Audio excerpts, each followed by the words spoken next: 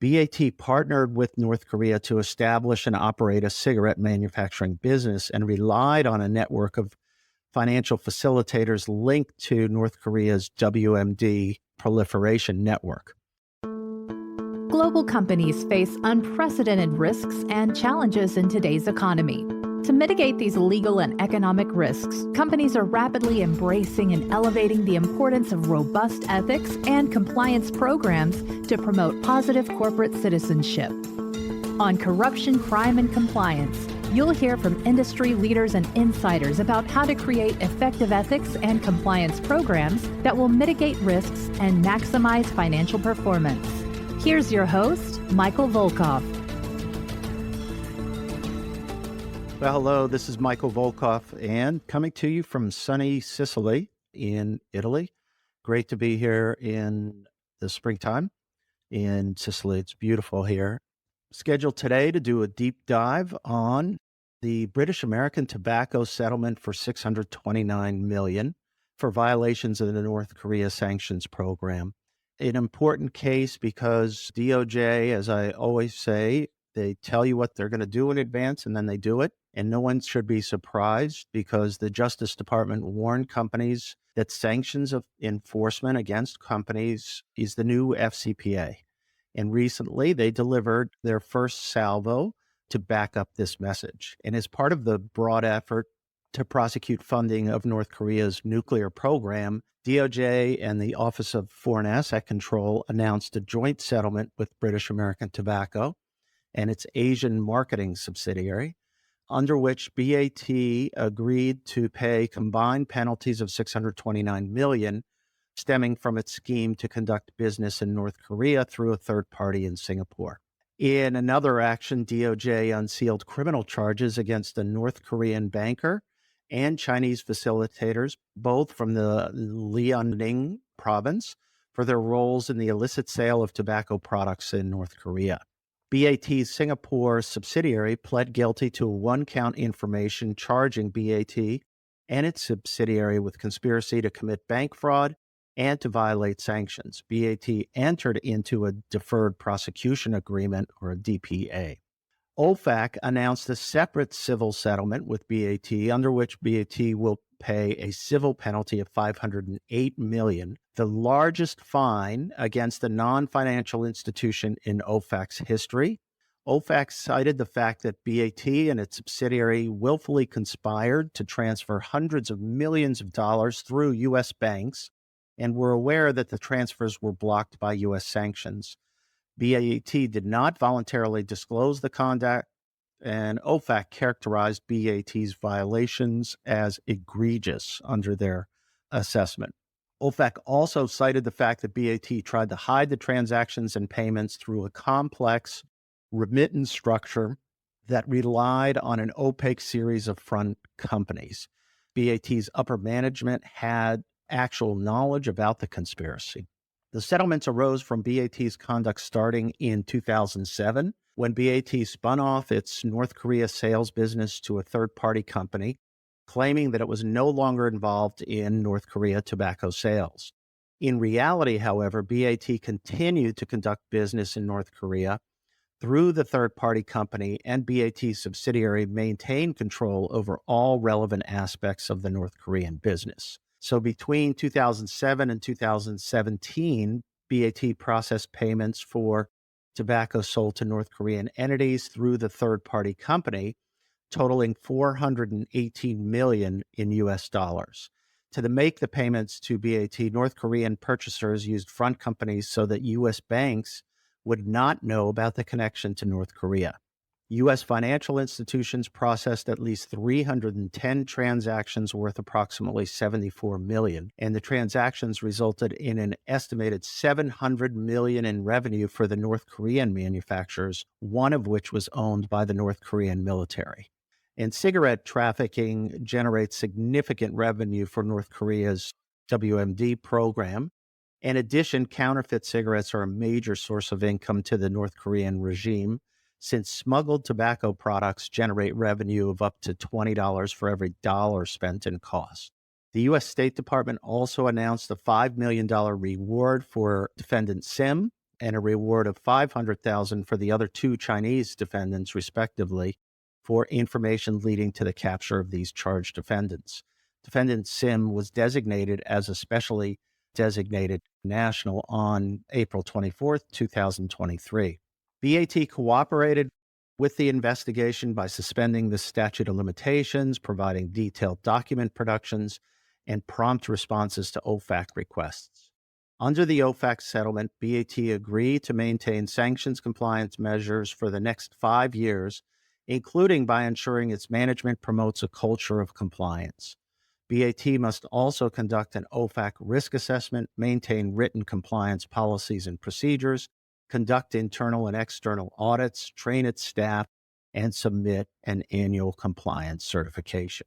So let's dig into the facts a little bit more on this important enforcement action, because we're going to see more companies prosecuted or with settlement agreements involving DOJ prosecutions. And this is something that the administration has warned the business community that sanctions enforcement against companies are going to start to resemble FCPA type settlements as well, or enforcement actions. So British American Tobacco's deceit and elevation of business over compliance permeates this blockbuster settlement for $629 million.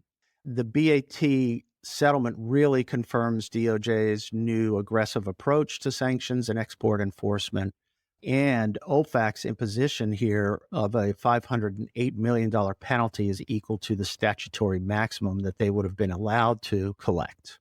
For compliance professionals, the BAT scheme is interesting to review because of its elaborate use of front companies and attempts to disguise North Korean connections. BAT partnered with North Korea to establish and operate a cigarette manufacturing business and relied on a network of financial facilitators linked to North Korea's WMD proliferation network. So going back in time, in 2001, BAT's Singapore subsidiary, and it was called British American Tobacco Marketing, BATM we'll call it, and a North Korean company, North Korea Tobacco Company, NKTC, formed a joint venture in North Korea to manufacture and sell cigarettes. BAT held a 60% stake in the joint venture and provided supplies, equipment, tobacco, and other material called kit sets needed to manufacture and sell cigarettes. In 2007, BAT's senior executives approved a scheme whereby BAT's subsidiary would sell its stake in the joint venture to a Singapore-based trading group, and that's called Company One, for €1. That should send a red flag right there that this was a sort of window dressing transaction. For €1, due to its concerns over its public association with North Korea and difficulty extracting profits earned from North Korea. The divestment purposefully obscured BAT's continued control and ownership over the joint venture. Indeed, Company One understood it would act, quote, as a vehicle for BAT to bring out the joint venture's money and distribute back to BAT, close quote. BAT continued to exercise control over the joint venture through restrictions in the sales agreement, including the right to reacquire its stake in the joint venture for, you guessed it, a payment of €1. BATM continued to receive payment for kit sets and other goods and services provided to the joint venture. Now, senior managers at BAT understood that BAT continued to control the joint venture and the substitution of the new company. The 50% JV owner was only designed to ensure that BAT could extract funds from North Korea business operations. With a 50-50 split of equity, coupled with an option to purchase additional equity, along with restrictive provisions, in combination, BAT continued to exercise control of the joint venture.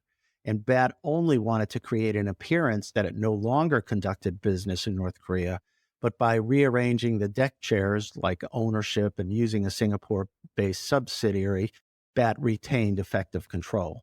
So between 2009 and 2016, the North Korean company remitted joint venture profits, including payments to BAT's Singapore subsidiary, through a complex system that involved both OFAC-sanctioned Foreign Trade Bank, which was FTB, and Korea Kwangson Banking Corporation, KKBC.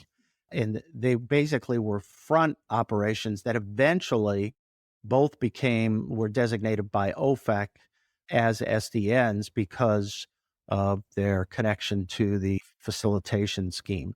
That scheme was fairly straightforward when mapped on paper, but involved several critical steps to disguise the source of revenues. So a BAT subsidiary, BAT-M, shipped goods, primarily cigarette components, to the joint venture in care of the front company, which was Company One. BAT-M invoiced Company One for the goods. Company One sent the invoice to an employee at the North Korean tobacco company, NKTC, the joint venture partner. NKTC then made payments in US dollars to Company One for the invoice amount, often using a Chinese front company to process the payment. And Company One separately then made payments to BAT-M in the same amount minus a small percentage commission. And this scheme continued until 2016. Beginning in 2007, NKTC, through its banks, KKBC and FDB, regularly used the Chinese front companies to process the payments between NKTC and Company One to disguise the North Korean connection to the payments. Now, OFAC cited multiple, and in quotes, multiple internal memos and emails showing that BAT managers in Asia knew as early as 2005 that they may be violating sanctions. Even after OFAC designated KKBC and FTB, BAT continued to rely on KKBC and FTB as part of the financial network used to disguise the sources and connection to North Korea.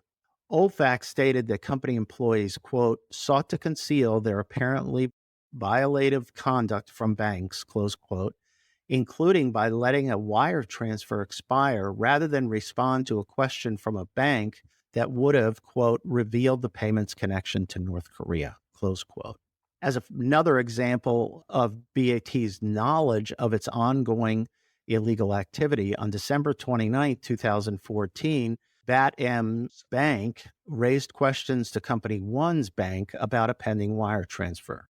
BAT-M conferred with Company One on how to respond to questions about the origins of Company One's funds sent to BAT-M and request for documentation. A Company One employee advised that they should send the bank the sales invoice rather than the shipping document because the former, quote, will not show DPRK, close quote. The same Company One employee noted that, quote, nevertheless, we will be caught under question 4, close quote, referring to another question about the origin of funds, and alternatively suggested that they just withdraw the wire request and try another bank.